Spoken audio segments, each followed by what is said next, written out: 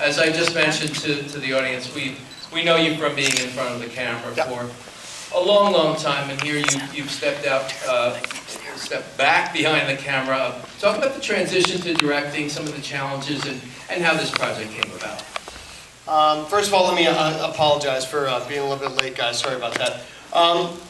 I've been directing television for a very long time. I started directing television back in 1993. So the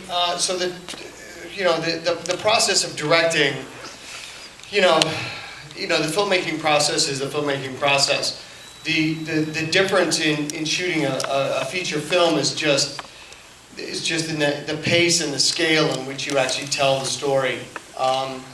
I've been looking for a film to direct for a very long time, and when this film actually found its way to me, this film just felt like the right kind of film for me to tackle as a first feature film. And I was able to attach Tatiana early on, before she.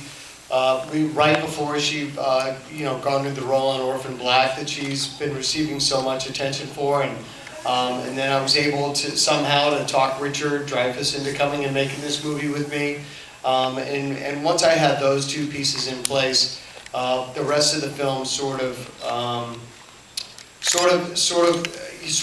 came to me. Making movies is difficult. And I think that's why once you make a movie, it becomes such an intrinsic part of you, and it's important. Movies are important because they tell important stories, and this movie is no different. I mean, it's a big, heavy journey that Cass Pepper goes on,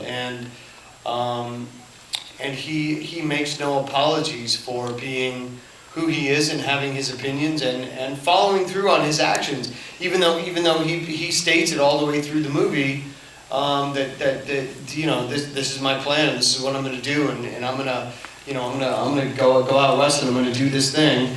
It's still surprising for the audience when he actually follows through on it, and I think that a lot of that has to do with the fact that we've all seen so many movies like this, where a character like him becomes way too affected by the other person on that road trip with him, and then he backs out of his plan.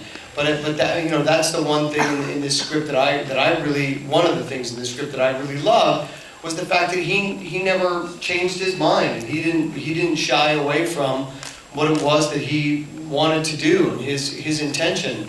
He stayed true to it, and I think that showed a lot of gumption on his part, but it also showed a lot of respect for the audience, because to cheapen out on that and to Hollywood out on that ending, I think would have been to rob the audience of the ending of the movie that it needed to have.